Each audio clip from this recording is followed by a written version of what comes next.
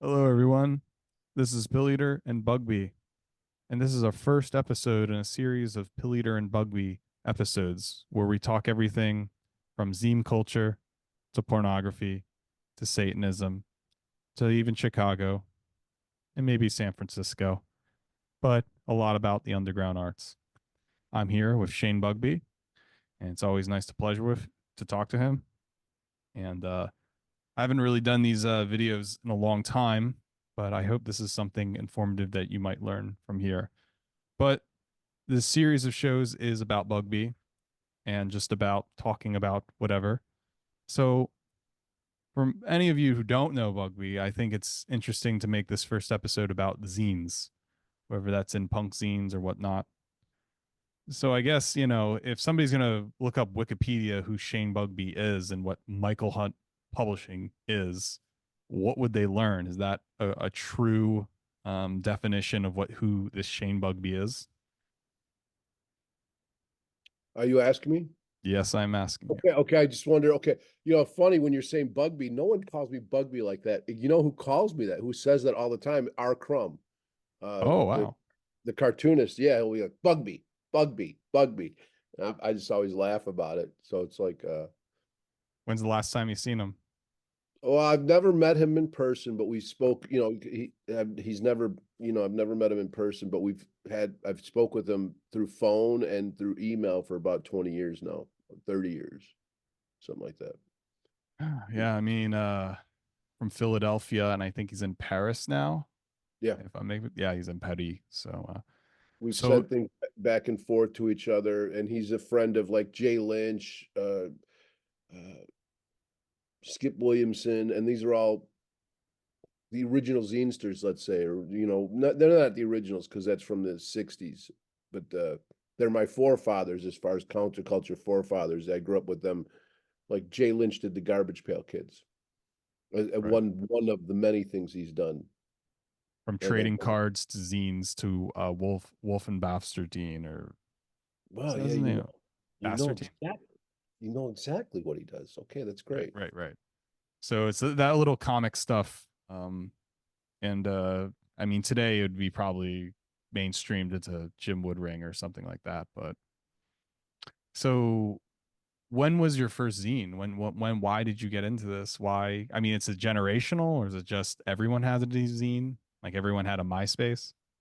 No, well, I'm weird. Like I thought I did the first magazine. I thought it was a magazine I was doing. So I think it was 91, I believe. It was called Naked Aggression. It's so long ago. I wish I had one laying around. Oh yeah, I do. Oh shit. Well, it's as old as me because I was born in September of '91. So Holy that shit. Oh my goodness. Look at this. It's great because I decided to do the podcast in this room. I don't have my first one here, I don't think. But these are some of the first ones I did, and then it grew up in the paper. It grew into paper, a newsprint, and I don't want to. I wonder if there's a date in here. But this is my zine, Naked Aggression, and like I said, originally it was printed like this on this offset printing. But this was a time when Uh, anime was still considered Japanese adult animation and nobody knew what it was. oh, you see that on the cover, Yeah, right? nobody It knew what was it all. was. This was pornography. That yeah, or adult Anime was cartoons. it was absolutely pornography. Yeah, yeah, right. It was absolutely like obscene pornography and deemed obscene at times. Um, boy, yeah. And my first one said sense. I wish I had the first one because it's so fucking raw. It says censor this asshole across the cover, and hand laid out, with boards. It wasn't. It was done like I would see the newspaper in my high school printed, which you would use wax. I don't know if you've used any of these tools, but No, you'd cut up your columns. Your columns you would cut up and you'd put them through a waxer. And it's a piece of paper would go through the a thing and put wax on the back of it, and then you'd be able to apply it to a board. And then when you needed to move it around, you'd pull it off and put it, because you had to keep putting together the zine like a jigsaw puzzle, you know. And so you'd have to pull the paper. So That was my first zine, the hand layout. And I went to a printer, an offset printer with it, and came back and they ripped up my boards. They said it was obscene. Were you giving it to your friends, or was there a zine distribution, flea market, or how did it work back then? Well, see, my zine came about. I thought, like I said, my mom would read People magazine, so I wanted to do something like that. And my friends we were all doing like flyers to hand out at shows. Mine was anti-censorship. My one friend was doing legalized weed. One friend was doing something about vegetarianism. I said, we could staple these together and it would be just like a magazine. So I thought I invented zines. Yeah, I don't know where exactly, because when you think of that, you think of like some corny shop at St. Mark's where it's like search and destroy or whatever, and it's just Xerox and gore or something. But at the same time, if you look up online, it could be anywhere from like geek science fiction to. But when we say zine, I assume it's punk, and I assume it's just like what blogs were without the digital form that you could like write and express within 10, 20 pages. Yeah, I guess it was like a blog. I guess so. It was like People magazine to me. I Mm, wouldn't say that's how I saw it. I saw it as like a glossy. I thought we were doing like that.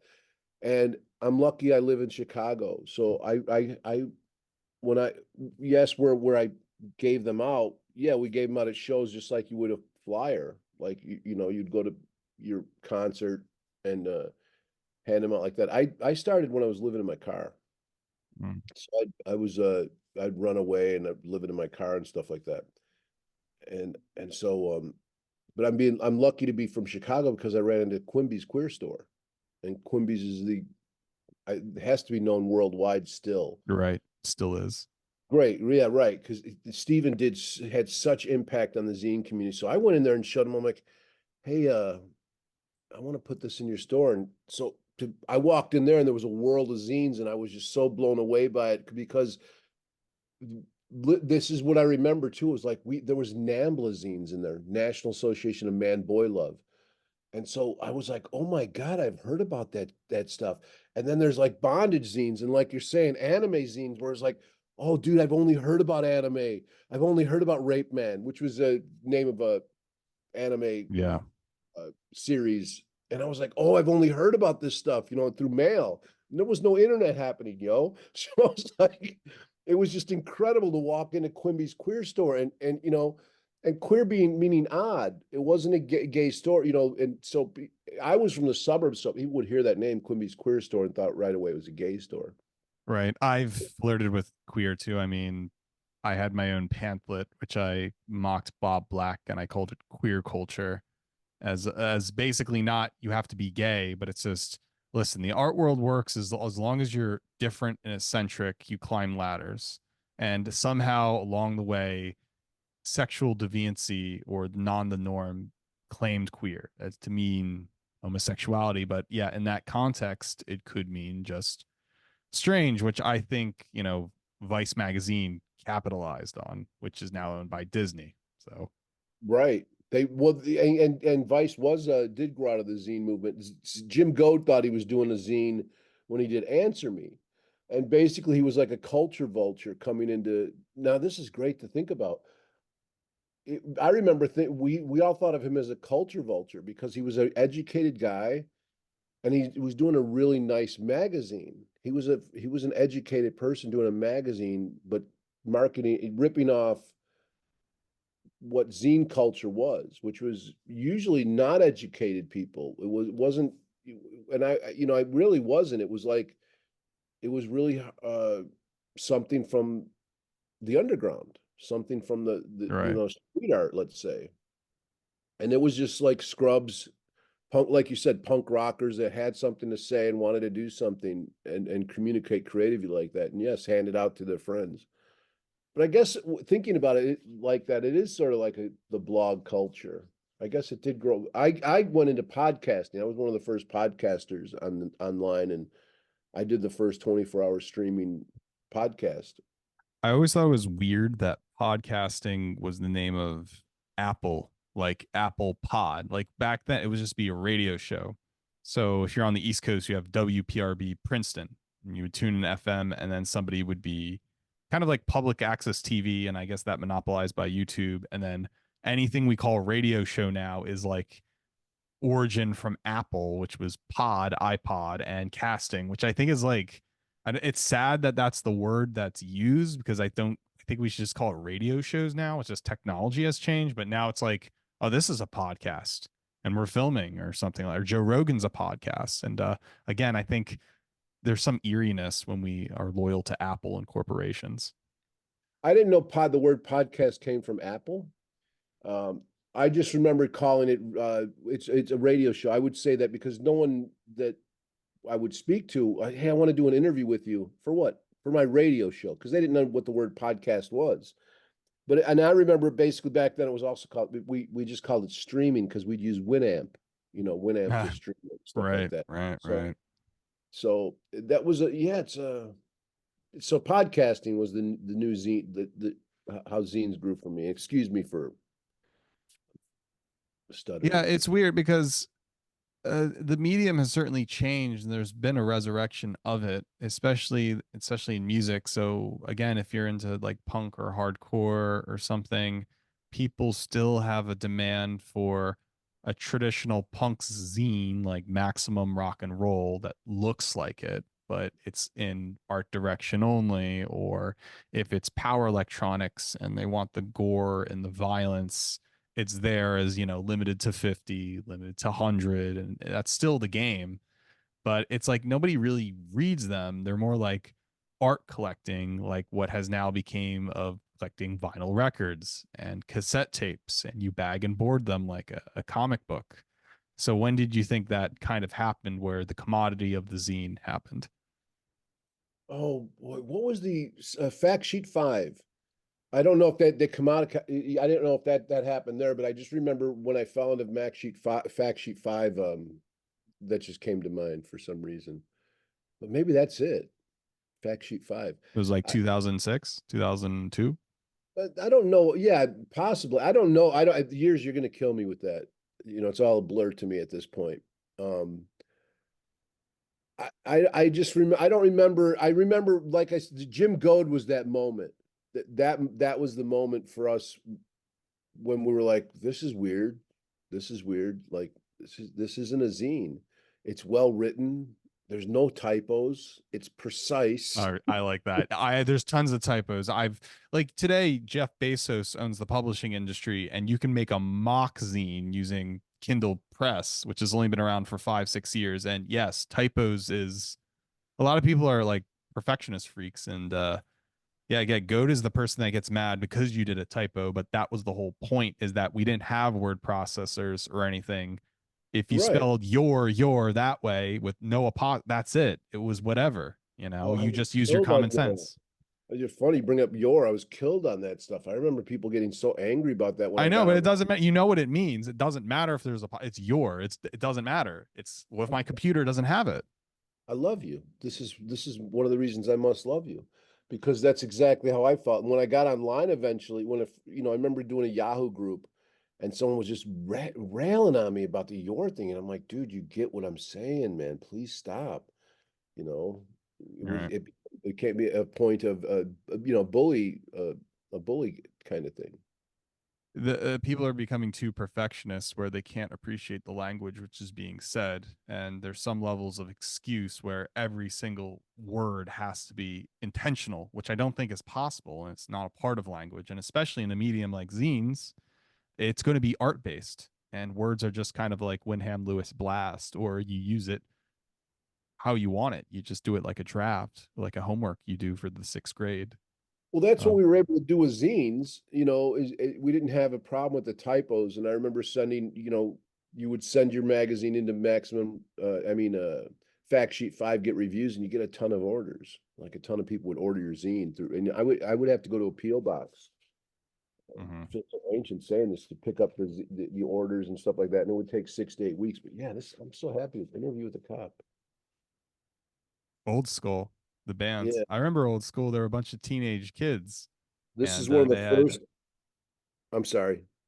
yeah, Yeah, Old old School. school. Okay. Oh yeah, Yeah, yeah. Die Pizza Man. Ah, Pizza Man. That's a good song.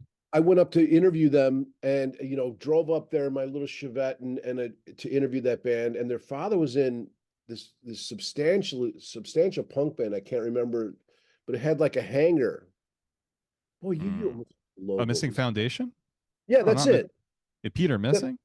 the one of the fathers was or I don't know, yeah, Missing Foundation. Yeah, I've seen you, I think, use that logo, right? He was the father of the a couple of those kids. And I went up there and they just made fun of me the whole time. The kids made fun of me, and that was the weirdest thing because I It was was like never. 94, 93, right? Yeah, I wasn't old. I was still a kid, but they treated me like I was an old man. Anyway, this is one of Mm. the first ads that Rap a Lot ran. That's the Ghetto Boys and Scarface and all that. Anyway. And the zines have the yellow tint, meaning that the acidic wax paper waste up Oh, because of the water and the tamper, and it gets aged well, you know? yeah, yeah. This is newsprint. I run on a web press, and I would put 10 to 20,000 of these on the streets of Chicago, so it was well known. Mm-hmm. And one of the first ads, oh no, that was the Metal Fest book. Okay. I was going to say I took the first Brism ads in America. Right, right. Especially in the metal. But I'm saying the quality of the zine, it's like it gets beat up, it's broken, it's the pages are ripped. And I think that's a part of the authenticity where today things are too perfectionist. That has to be bagged and board. And we kind of lose touch with that. Yeah, well, yeah, you're right about how zines are done today. I think I see people getting into the younger, like the 18 to 21 year olds. They seem to be getting into a sloppy, let's say, old school zines. I just did one with a person, Claudia Berdella, Right. and this person insisted on doing a zine with me, and did a bunch of stuff from our chats, and it was the coolest thing to see.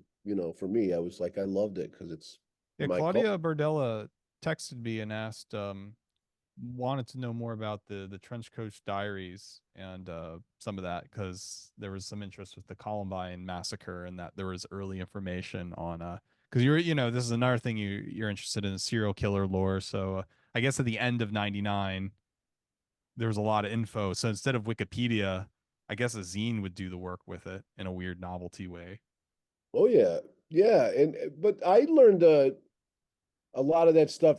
I remember John Sinclair talking to me about how in the counterculture we turn our back on society and we create our own newspapers, our own zines, our own newspapers, our own magazines and stuff like that.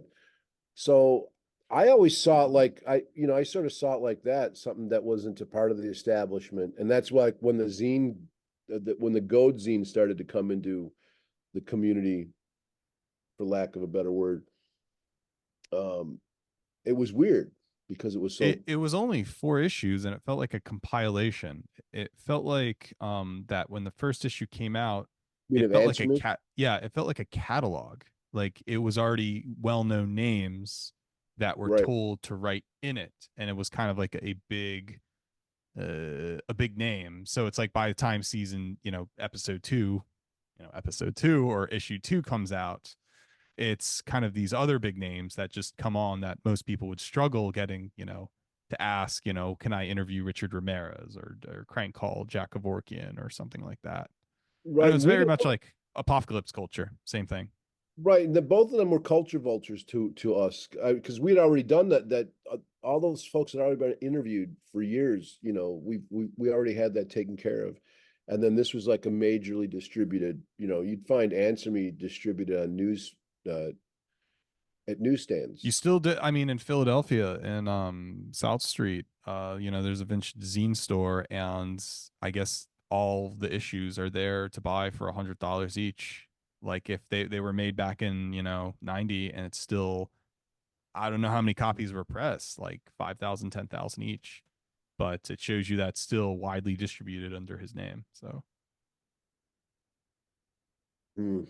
it's Yeah. kind of reminds me of Andrea Tumine's Optic Nerve. It originally had 7 issues in zines, but by the time it went to the eighth issue, he was already worked for the New York Times, or that he got a big deal with Fantagraphic Books or whatever. And Yeah. so already, that's the thing. Optic Nerve felt like it was a Trojan, and it didn't really. you might have to admire it in a different lens, but you know, it wasn't like you would say it was very culture vulture. You know, it just came in and then all of a sudden, oh, where's my New York Times job? Yeah, I remember a few years ago, a handful of years ago, hearing Kanye West was going to do a zine, and he called it a zine. He's like, "I'm doing a zine," and I was like, "You can't do a zine. You're Kanye West. There's no way you can do a zine, because you're too big. It's a magazine. It's But it's a legitimate." fashion statement. It's an Yeah, ideological fashion statement to push something to make other yeah, people make zines or something like that.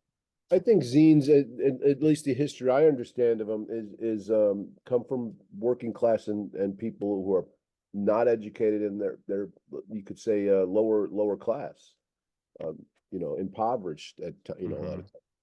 Right, right, right. When I found out about the zine culture, through Fact Sheet 5 and really did some work on it, it was legitimately fanzines where people would do a zine on Elvis, like Elvis fans, and they'd put together their favorite clips in there. So it was like it grew into being political in the 60s, you Was know. like kind of your only, because again, that's why I mentioned with the science fiction, if you want to really talk about, you know, particularly a favorite author like Gene Wolfe or talk about a favorite anime, they were there in the really mid 80s. And it's kind of weird there.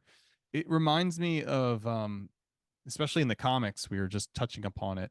You know, the furry fandom didn't just explode overnight. There was like weird self-published comics like Omaha the Cat Dancer, which is basically a rom-com story of cat people having pornographic sex, and nobody would buy it, but it was there and it caught on, and then a subculture was created from it.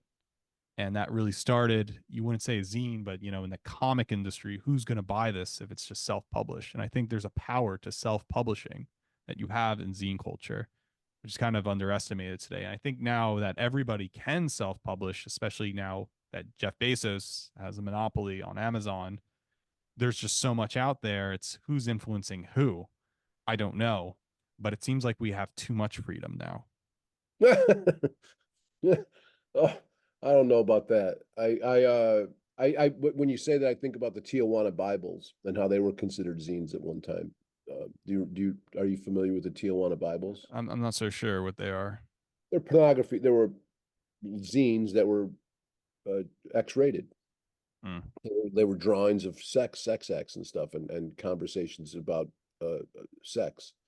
And so they were distributed under the table because they would be deemed illegal when they were first put out. They were the first underground comics, let's say. And so I always saw zines. My understanding of that world was it was of obscenity. Let's say I don't think there's too much obscene in my mind, but I'm talking about how the general public would see things. As a digression, that's kind of like the golden age of pornography. If you exclude Pornhub and X videos as just erotica and things like that and forms of beauty, you can look back at VHS pornography as being smuggled and bootlegged out of things like oh, I think I was looking at this the other night, but there was like an old 80s 70s porno of like a Danish woman having sex with animals, and that was Right. considered a shock arc. I think it was called like barn sex or farmyard or There something. you go. And child pornography was readily available at adult bookstores under the table. Like you would get playing cards with naked children on them, like Right. 13-year prepubescent kids on them. So that was part of like an underground, like I wouldn't say zine culture, but it was around. But the thing was, people weren't really finding a woman having sex with a pig arousing or beautiful. It was more like shock art. It was like, wow, how could this even be plausible? And so the video was distributed and bootlegged as kind of a pranking thing or some kind of initiative of look what I found. I guess that came before the internet kind of shock art that people kind of know for today, like goatsy, like a guy opening up his butthole and we're looking at it, you know. But it's amazing that that stuff happened on kind of analog film and it was distributed by means without the internet. And I think a lot of people don't take that for granted. Now you're talking about the golden age of pornography. I remember Seika was the first I got to work with her too, but Yeah, that did change, didn't it? But there were still VHS tapes around when it changed. Hmm. Like today, pornography is like glamour, glitz, celebrity, millionaires do it, and it's very hard to think what is good, what is bad, especially a film, because so much of pornography is meant for beauty and arousal, and the same of fine art. But again, I'm talking about, older pornography where it did feel like smut. It felt like this kind of weird, almost criminal-esque. If you watched it, you felt guilty, or you watched it, it felt like some snuff film or something. And You it talking about reminds the me. black the porn when they were the men would have black socks on. I don't know. I wouldn't know this, but yeah, some of this is like, if you, I mean, some of it. I was just thinking of one called "These Bases Are Loaded." It was a gay pornography from 78, 79. It was recorded in San Francisco. It was kind of one of the earliest gay pornos, and it was just like men just doing the most vile stuff ever, bareback. And this is before AIDS, and this kind of just, you watch it with the kind of the funny synth soundtrack and the whole, 70s mustache and pubic hair stuff. And you're just kind of, you kind of step back because it feels like it's 50, 60 years ago. And it's generational, but it feels like there was a different method to pornography, as it was more had an art house quality to it. Like you're watching a Razorhead or something. Well, I think again that was culture vulture, maybe, because it was underground. Pornography was underground at some point. Mm-hmm. And that's what I was talking about, like with the child porn, stuff like that. You would find it, that would be at bookstores under the behind the counter. It was same with Betty Page stuff. Betty Page's original content was behind the counter kind of buys. Right, right. And now she's kind of an icon to like one of the first to market the ideal of adult industry, they call it. Right, but she was of an obscene nature when her stuff was being put on the shelves. Not on the shelves, but when it was distributed. Out of these zines in the pornography industry, where is this kind of clash between zine and pornography? And was there anything so over the top that you think would not exist today? Well, I don't, today it's I guess you talk about too much freedoms. I don't see that ever. I don't think we have enough freedoms. That's a shocking statement to hear from anyone. Um, where do I see? Ask that again. I was thinking, where does the line between zine culture and pornography meet? It seemed like it's kind of went the, like, I think it exists today. It just took on a different form. It took on like hang tie or do it yourself at home of Rule 34 or something. But it feels like back 30, 40 years ago, it was much more transgressive. It was much more like, you know, if CP was there in front of you, how those values are different from today. Like, was there something you saw that's like would not pass for today? Oh, that's hard for me. I would think so much from back then might not pass for today, but sexuality, no matter what it was, the transgressive part of zines was always there for us. So it was just like it wasn't transgressive to us. It was just like this is what we were meant to do, is expose the stuff that was in the cracks of our society. And so I don't remember it being separated too much. But like the thing that shocked me was like Nambla, the Nambla zine. Like I said, with that stuck in my mind. I was like blown away by it. Like I couldn't believe because it was be, not Harry because Hayes, I think his name was was Harry that his, Hay. He was it one was of the NAMBLA guys, and he was also oh, he invented like a kaleidoscope too, with some of his one of his gay lovers. But he was a huge NAMBLA activist, and he wrote one of the first NAMBLA magazines where it was boy love stuff, which I did yeah, read. It's you pretty love that. interesting, but yeah. You really know this. So it's like Nambla to me was outrageous to me, not because of the idea, but it is because they were legitimate. They were really arguing a case for their their their fetish. I mean, equivalent today, I always thought in recent, what I found last year, there's a website called Zooier Than Thou, and it's about bestiality and the bestiality lifestyle, which they call the zoo lifestyle. And how do us, you know, as furries, but also having intimate relationships with animals. It was kind of started by a guy named Douglas Spinks, who had a farm where he was in love with polygamous horses and have sex with them. But then I guess he had a following after that, and there's a podcast that still runs this day called Zooier Than Thou about zoophilia rights, and its magazine just called Zooey, and it just talks about zooey stuff, and it's a very, I don't know, it's to me I think that's like something that's, it's so authentic. You just scratch your head. Are they playing a joke? It's like, no, they're not. And you kind of, it's the same ideal of Todd Nickerson's virtuous pedophile. It's like we're pedophiles in name, but we're virtuous. We wouldn't hurt anyone. It's a weird clash of culture you would see there. Yeah, you can say that again. Yeah, you can say that again. I mean, how I think I want to change up the subject here. As I was mentioning the punk subculture, your background is also in Satanism. So, were there Satanist zines? I assume there was. And what is kind of, when people think Satanism, I assume it's not just devil worship, but most people are going to think of black metal or something. It seems like there's a lot of music culture being involved along with punk culture. But how was Satanism dealing with zine culture and all this going on at the same time? How did that benefit? As far as Satanism sticking to my shoe, I would say my background's more counterculture. But the word Satanism and that stuff is very overshadowed things. It was huge. It became huge when Anton started it. When I would talk to old White Panthers, Black Panthers, Yippies, I would ask them questions. John Sinclair or Bill Ayers. I asked them all the time about Anton LaVey, and they're like, "Well, he was never really a part of us because he got so big so quick. Once that happened, it was huge, and it wasn't like the Black Panthers or the Yippies." And so I that overshadows a lot of stuff I've done, but I was more counterculture. But the satanic stuff fit into the metal community. It was a metal thing. It was, King Diamond, stuff like that. It was in metal zines.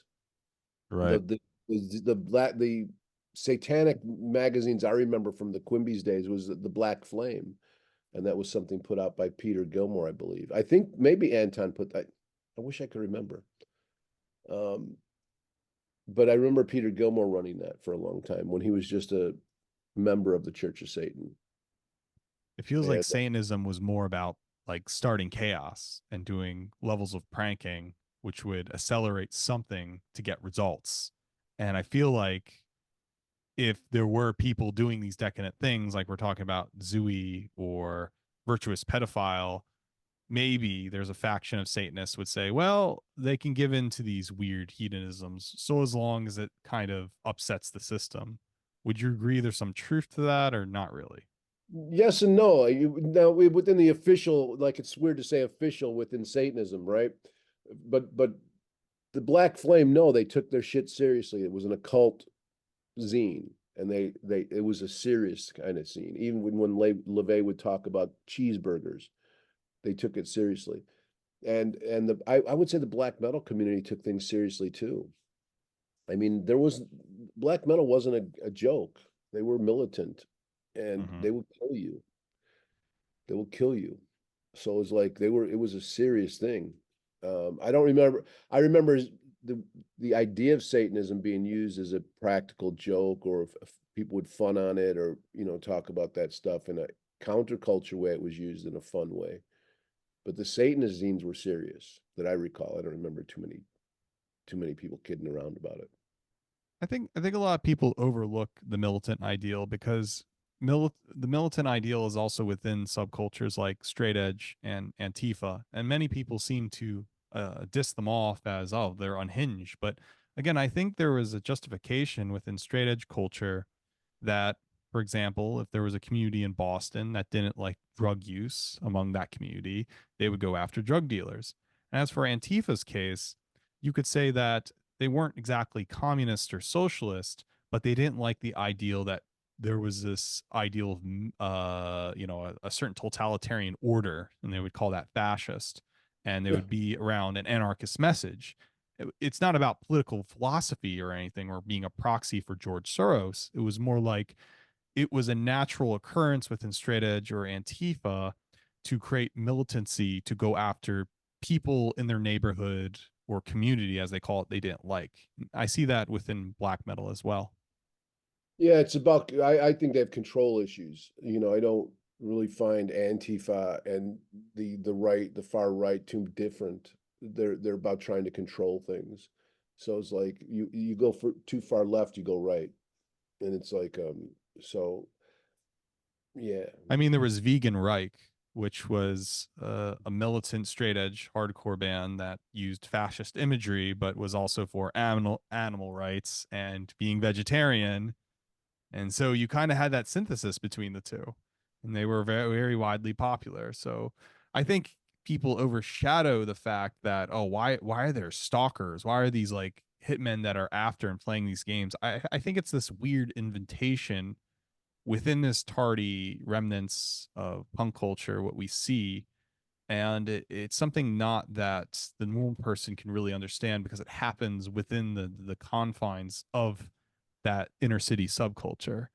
And that's kind of like how I understand, like, if straight edge a guy hears, oh, I heard that guy of this band is at this party and I don't like those people, a part of the fun they see it is like starting fights. And I think the part of the fun of Antifa, it's like they, even if there's no reason, they have to go to fight against what they deem as fascist. And I wouldn't say this is something Soros funded, but I would say in the 90s was something that was natural occurrence within, I would say, black metal or something. It doesn't, you pick or choose what you want to be mad at. It's just that was convenient at the time. Yeah, I wish it was just black metal. I remember Sharp, the Skinheads Against Racial Prejudice in Chicago, would beat up on anyone that had long hair. Right.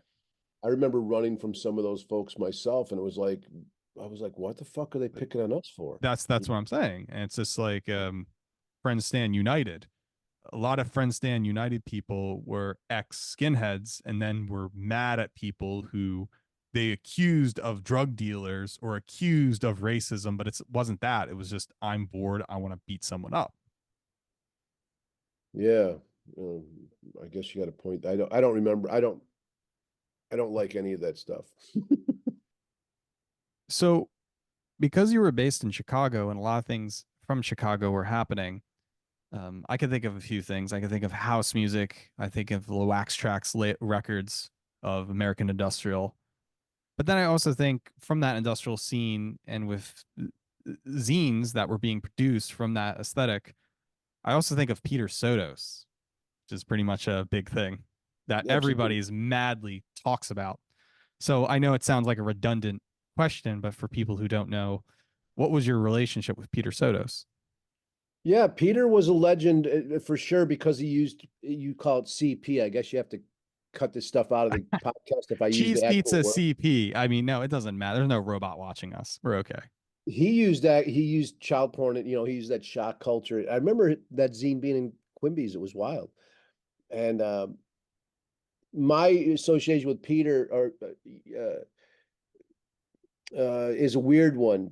I don't like him, but I don't like most of these people. I've gone to war with them. Um, I would see him around town, and when he found out that I did what I did, I remember him coming into my store. I had a store. I opened up a store called Goat Gallery, and I remember Peter coming in there and wanting to be a part of it somehow. And he would wear this long brown trench coat, so he fit the bill of like a perv that a perverts. They would always be known as they have these long brown trench coats, and he wore one. And he would come into the store, and he was just a creepy dude. He was really creepy. Mm-hmm. There was that gay club that Sotos was really interested in.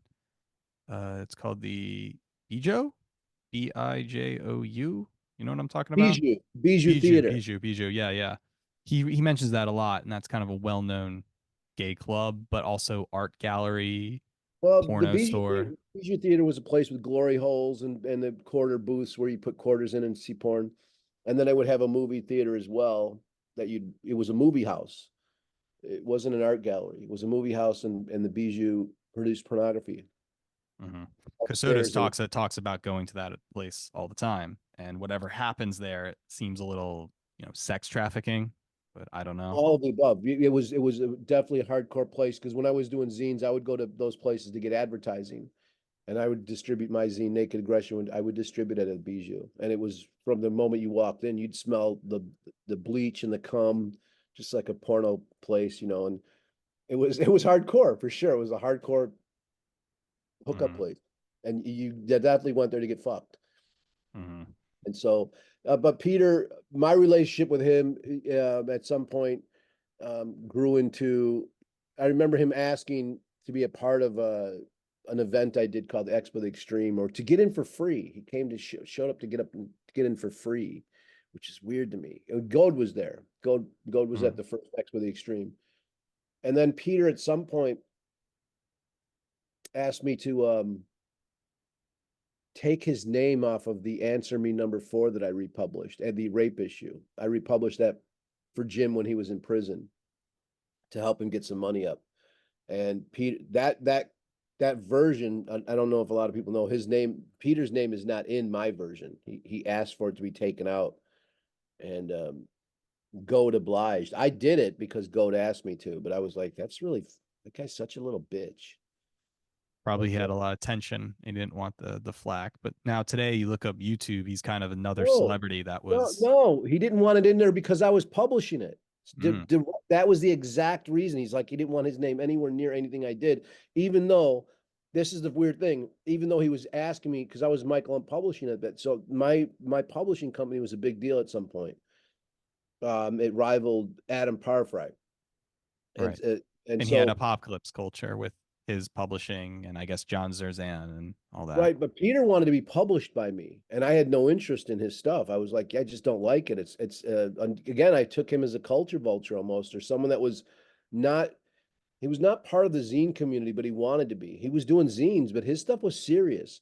Where anyone that was using that kind of imagery was mocking it. Even the people that were using Satanism or serial killer stuff in their zines, they were sort of mocking it or using it as a tool of art. They weren't using it as a tool of political like outreach. And Right. Peter had like a political outreach to his stuff. Yeah, you kind of like twist the message and say, well, I mean this because I mean that, but then it just becomes kind of an excuse just to be transgressive. But then it's just, well, it kind of just inflates everyone being involved. In other words, it kind of deflates the medium, and then anybody associated with Sotos becomes, and that's how Sotos has now become the de facto king of, oh yeah, he was in White House, and oh yeah, this is what's left of the power electronics scene, and it is kind of weird how that happened. And then you have people like Dennis Cooper backing him, or Jamie Stewart of Juju. It's a very very odd thing, I would say. And yet, I, you know, I just saw Peter as an extreme form of Nambla stuff. And I don't mean to tie him into Nambla, but it was like that. It was like he was just another person that was putting something so extreme out, and it was his belief. It wasn't mhm. poetry. It wasn't an idea that he was toying with. I He mean, was yeah, that's exactly what Dennis Cooper did with his George Miles thing, and you know they're both friends, so it goes to show you that you know Dennis Cooper's the one getting deals at big magazines and whatnot. So I would say, yeah, that has a level of culture vulture to it for whatever agenda it is being pursued. I think it might has to do with guilt by association, that if you talk like this, you must act like that. And it's a way not to think about art. It's kind of like if Eugene Thacker, an intellectual academic, is trying to justify power electronics as a anti-natalist scene, then oh well, he's the authority. He has a PhD. And you don't listen, like you said, to people in the community or normal people who have to have a say. It's always they pick the figureheads, and everybody gets guilted by association from that, and it kind of ruins everything for everyone else.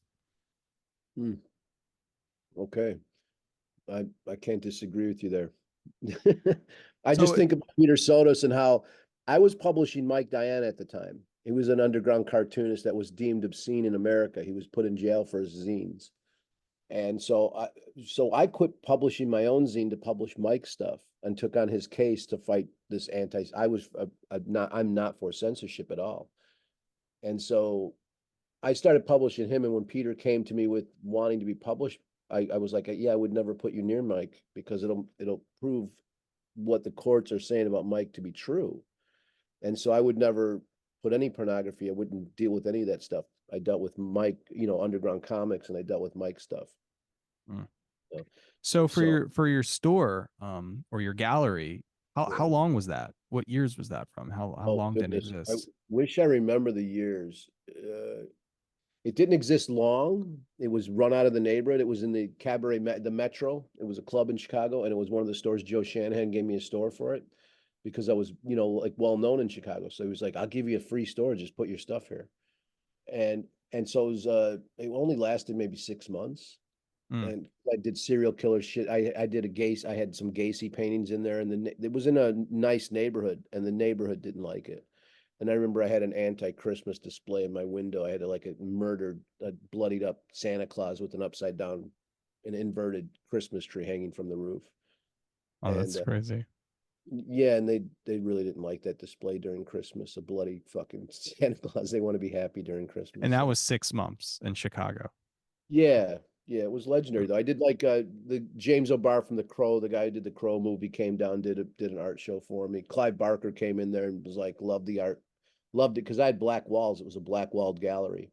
I painted all the walls black. Genesis Pjorge came in once and he was like, loved the black walls. He's like, Clive Barker told me about this place.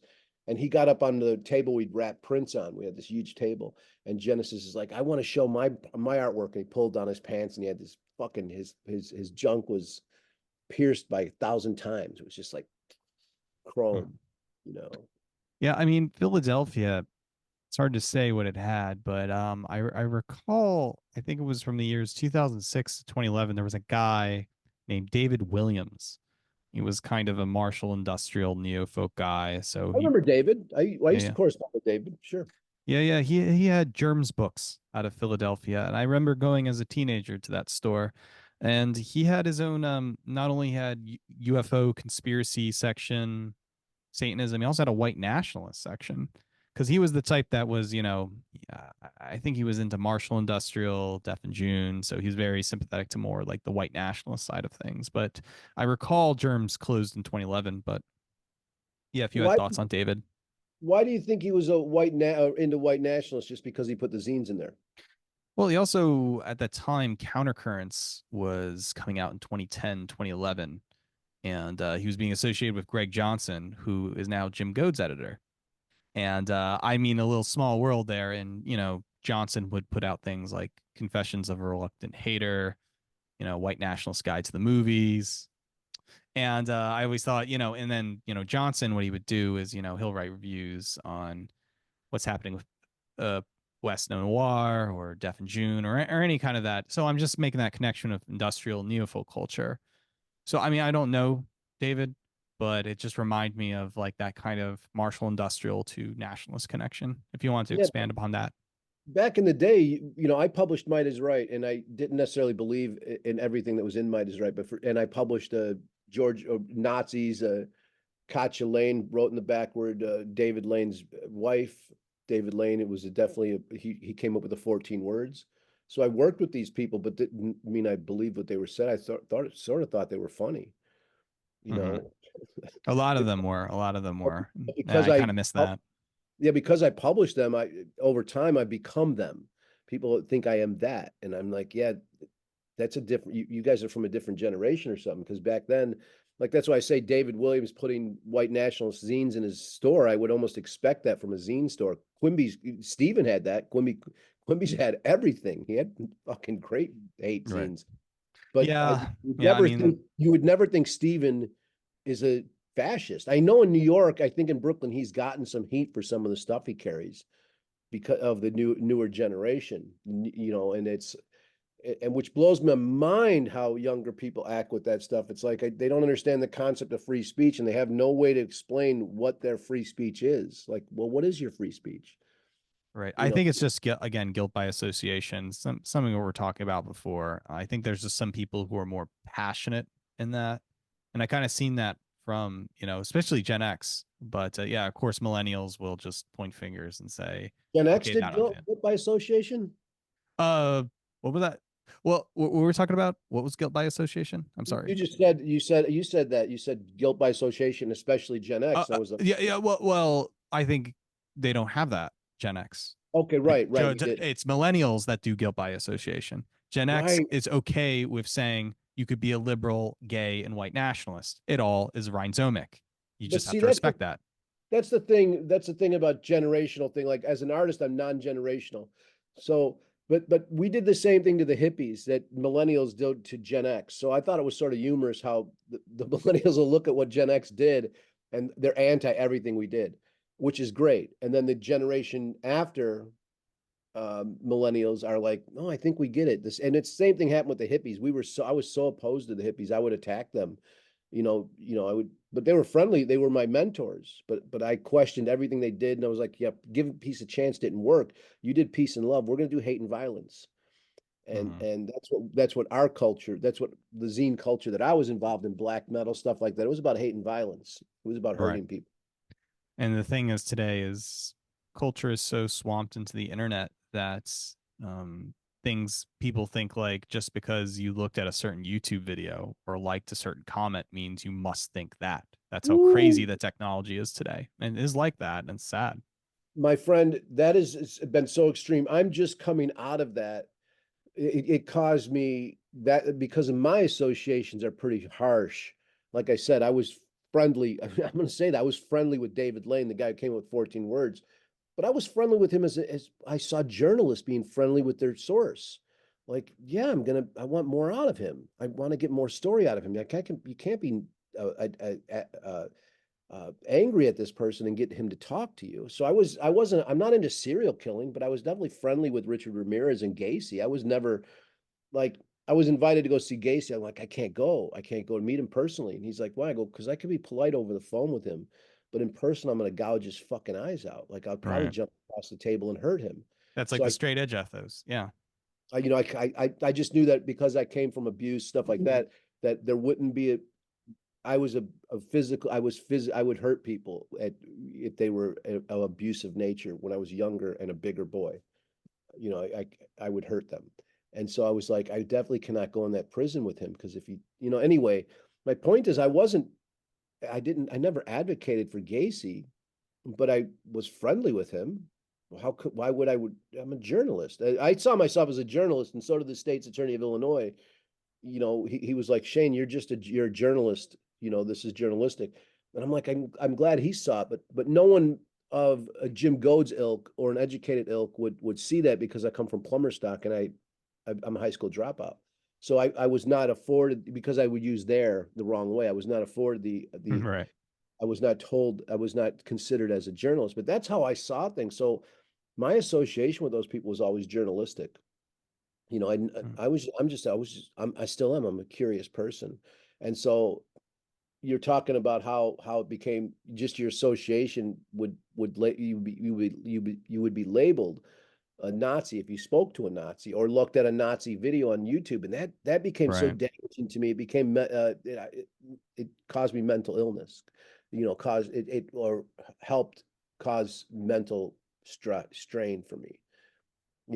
I was run out of towns because I was literally run out of town It's in the absurd middle of today that some millennials have tried to resurrect that Gen X zine culture through other means with the internet, but it's not the same what it was 30, 40 years ago. Um, you know, it's weird. Talked about that culture vulture thing. I would think, things like I want to fuck Ronald Reagan would have some influence on the way people think about aesthetics or the way you know, make collage art.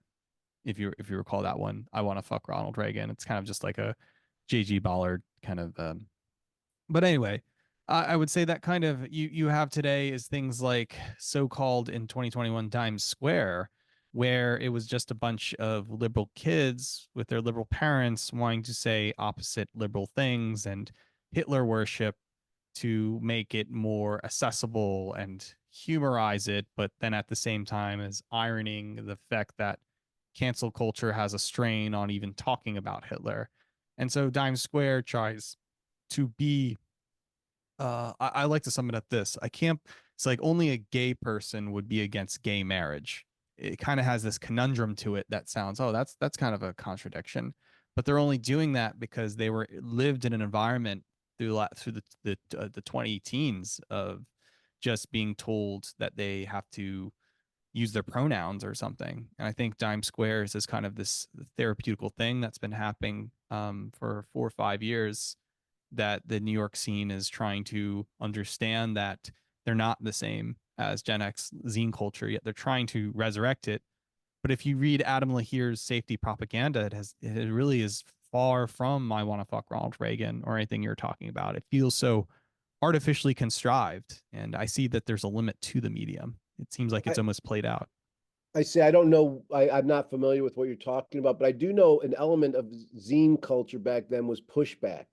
And we were pushing back against major media. So if major media wasn't giving Nazis a forum, we would give them a forum. That's what with the part of zine culture that when they were using satanic images or serial killer images, it was because that stuff wasn't allowed in newspapers. They weren't putting it on the 3 channels we had.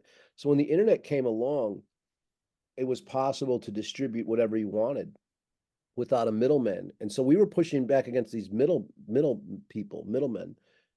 And that so what they weren't going to print, we would, no matter what it was. What they were afraid to print, we weren't. We weren't afraid to put Mm-hmm.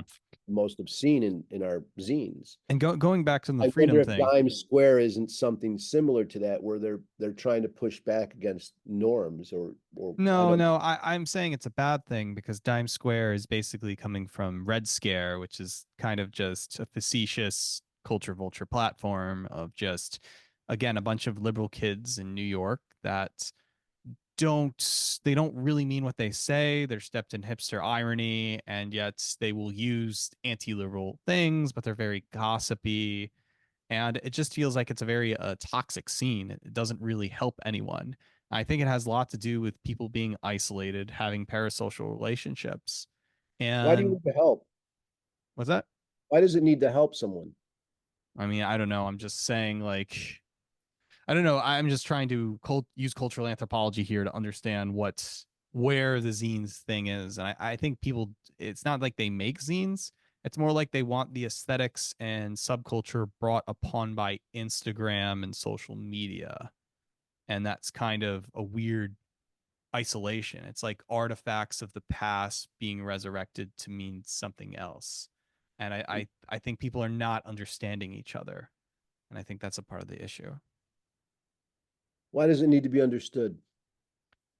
I would just say that we can more understand what is zine culture. What does it mean to be punk? Why do people act certain ways? What do people know now? What they didn't know previously?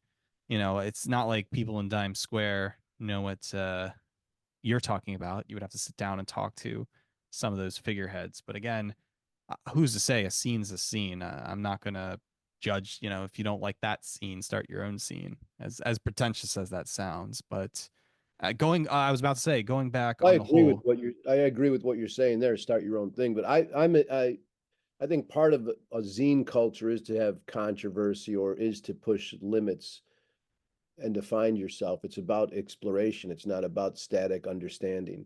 And that's where you can see Jim Goad was a culture vulture. He had a static understanding of these subjects, an educated static understanding, where we were trying to understand things or push limits or get a conversation going or cause trouble, start fires.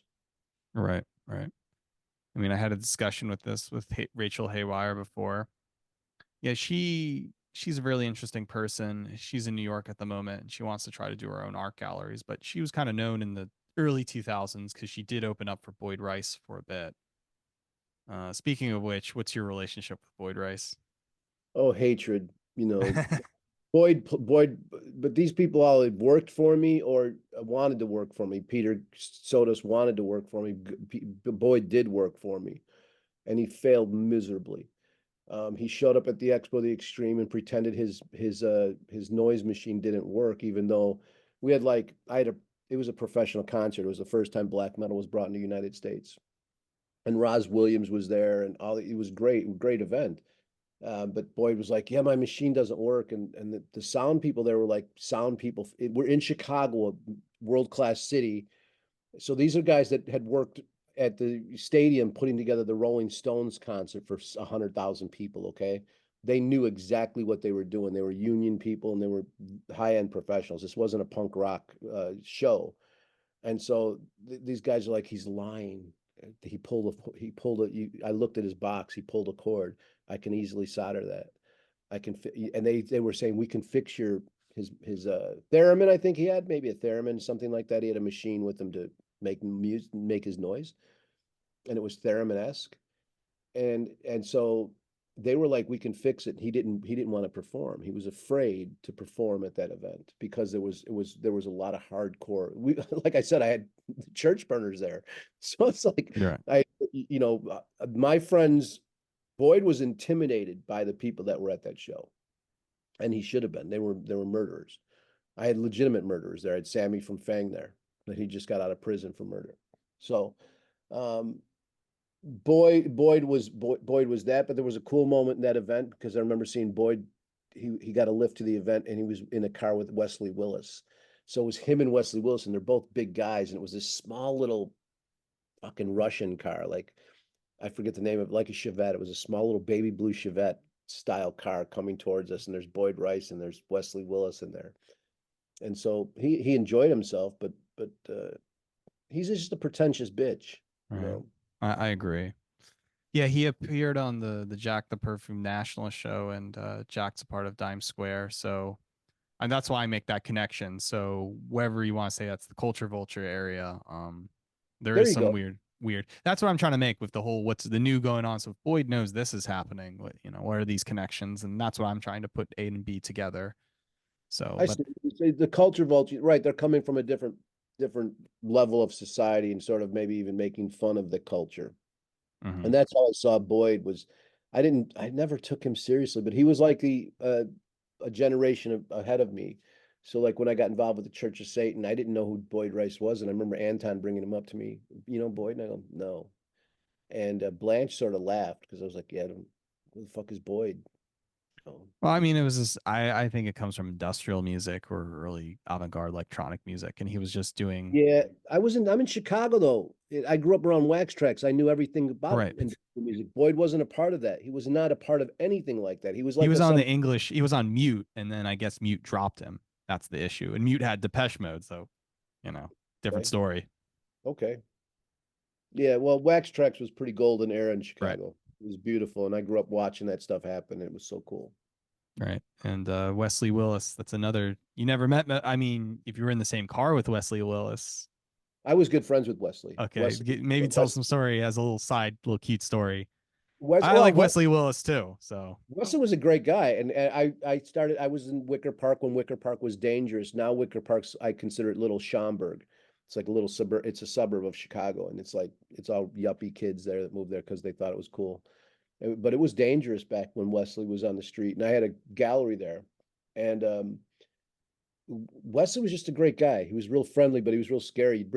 I would introduce him to dates of mine, and they would cower because Wes like say rock, and he'd just grab you by the fucking head and he'd headbutt you, but real gentle. He would do a gentle headbutt, but that's like a lion or a fucking elephant fucking grabbing your head. Like he could kill you. He would just smash his head in and kill you, but he would be very gentle and very sweaty, and he'd leave these dripping sweat off of the women that I would be dating and stuff. So it was hilarious. But Wesley, one time my apartment was being looked after, and I got home early, and my friend was sneaking in the back window because he'd left the keys in there.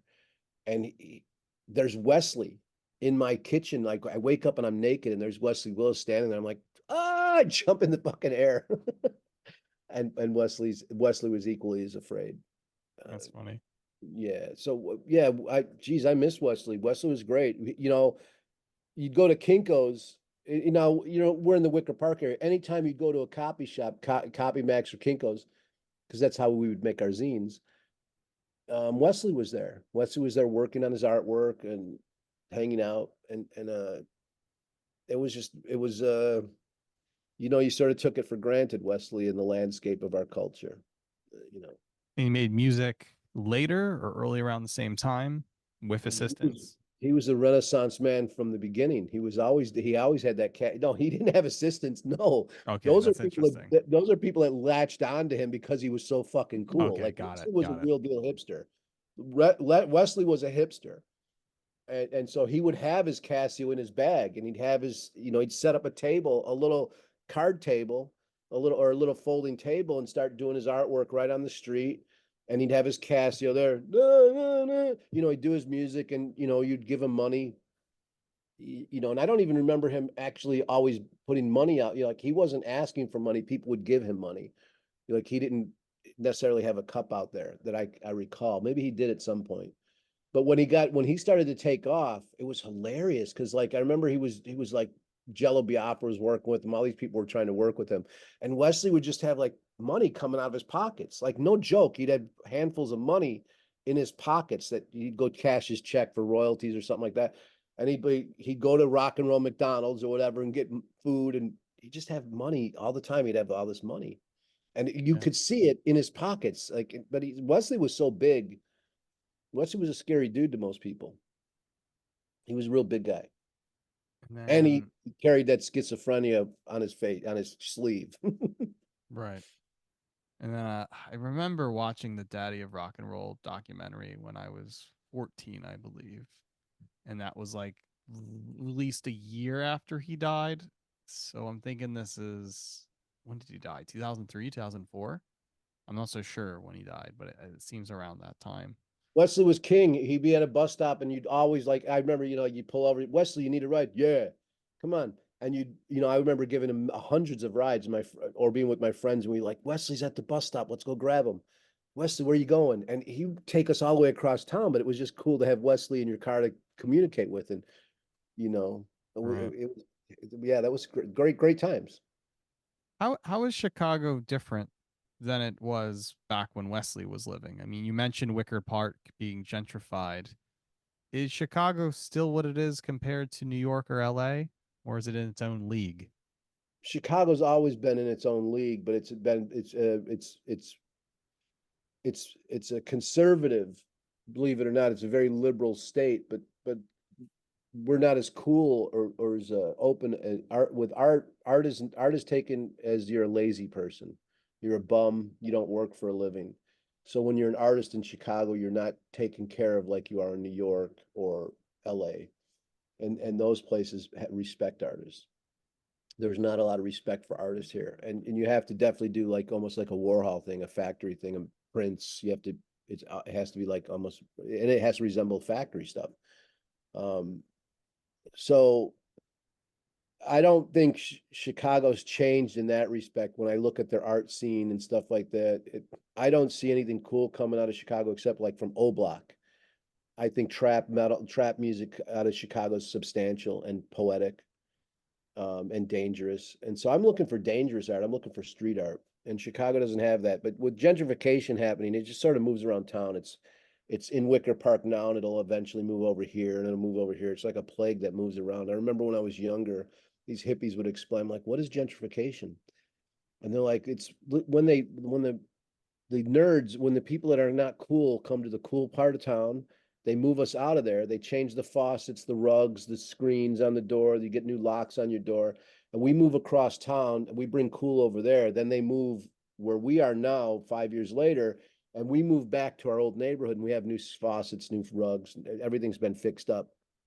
And so that's sort of gentrification. They rehab your neighborhoods for you, the cool neighborhoods.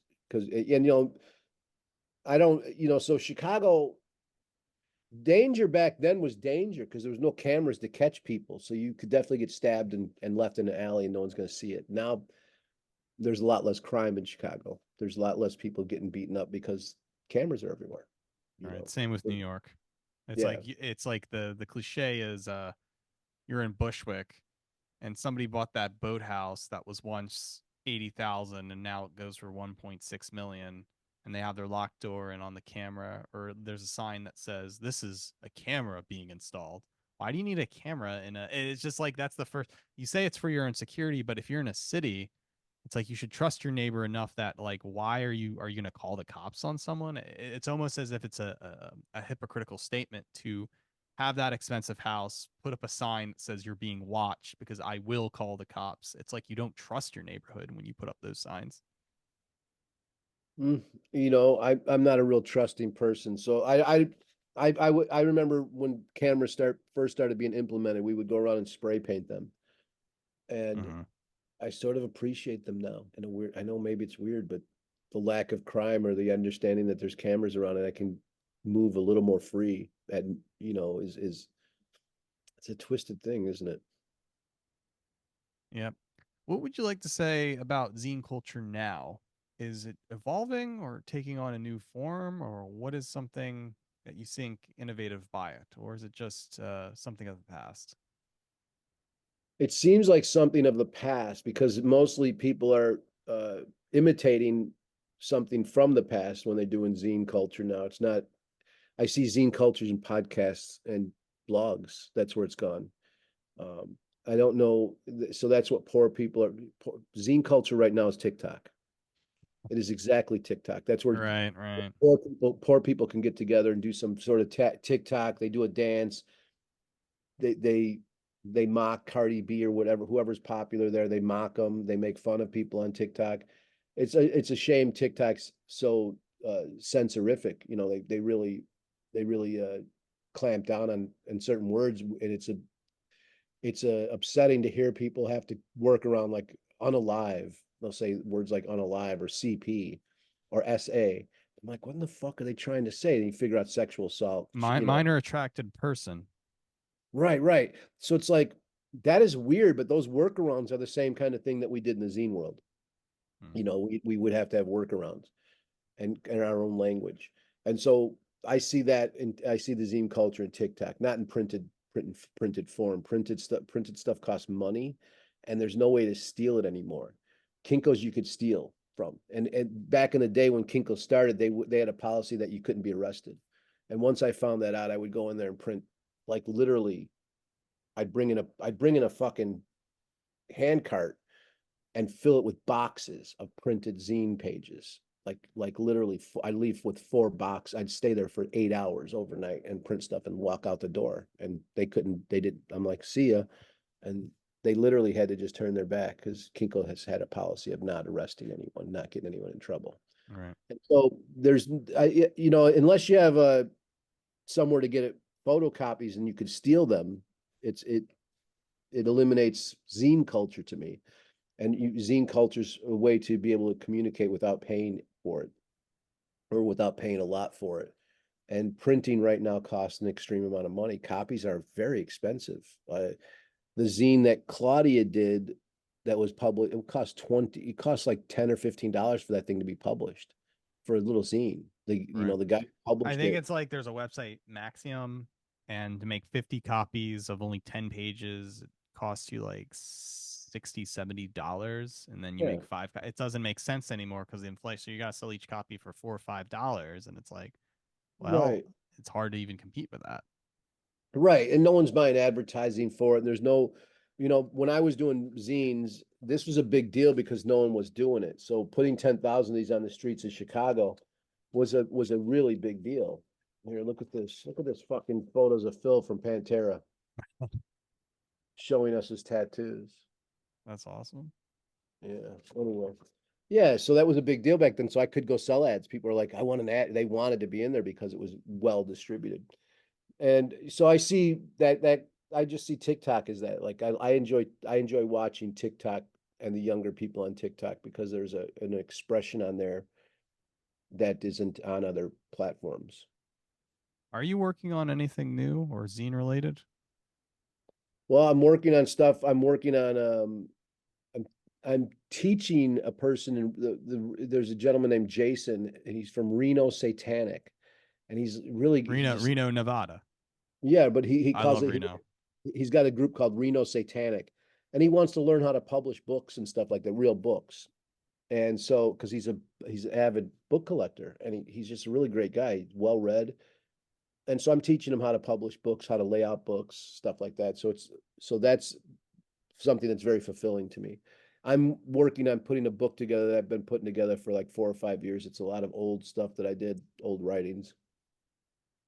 I just put out a book about the Satanic Temple called The Founding of the Satanic Temple. But I'm sort of, that the satanic stuff, I really don't, I'm done with that. It's like, Hmm. I don't really care about it. It comes back to haunt me and sticks to my shoe. I mean, I loved Anton, but I loved Anton because he was a counterculture person. I loved Anton just like I love John Sinclair and all these other people. They were counterculture people. Um, I thought Satanism, when I first looked at the Satanic Bible, was cool. I was like, oh, this is cool information, but it didn't, I don't like it as an identity. It's thrust upon me. Um, and so, what I want to do is more filmmaking. I did a book called a Year at the Wheel, a project that's on archive.org. And I gave all the footage there, and I did them. And I like to go, I used to go around and interview people.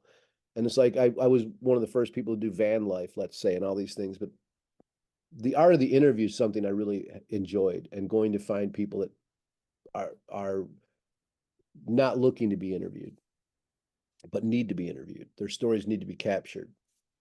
And so I really, that's something I really love to do. So I have some ideas about doing that. And I'm been working with some people in LA to exploit some of my history with Satanism and stuff like that. And That's so, awesome. We're gonna have to talk about it on the next episode. okay, we're done here. We got a minute left. How can we Got squeeze the anything? What last? do you got going on? What do you got going on? Okay, so I have my new book out. Suicidal Asian and Promiscuous. That's on Amazon. I got some It's questions for you with your Asian stuff next time. We Yeah, got I know. 30 seconds. And I have that book. I got another book coming out on Thin Slice of Anxiety with James Newlick. That'll come out. I'm going to do some music here, and hopefully I can get 2 books out again this year. But I'll most of my it's free copies on Internet Archive. Everything is letter, free. Pilleater. It's been great talking to you. Call me Bugbee one more time so I can get my Yeah, nipples. Bugbee, like Yeah. Robert Crumb would say on Bug. But we're gonna do second episode coming very soon. This is a series, so Peace. episode 1. Got it. See you guys. So next time, guys. Hope to see you then on the next episode. Thank you, Pilleater. Thank you too.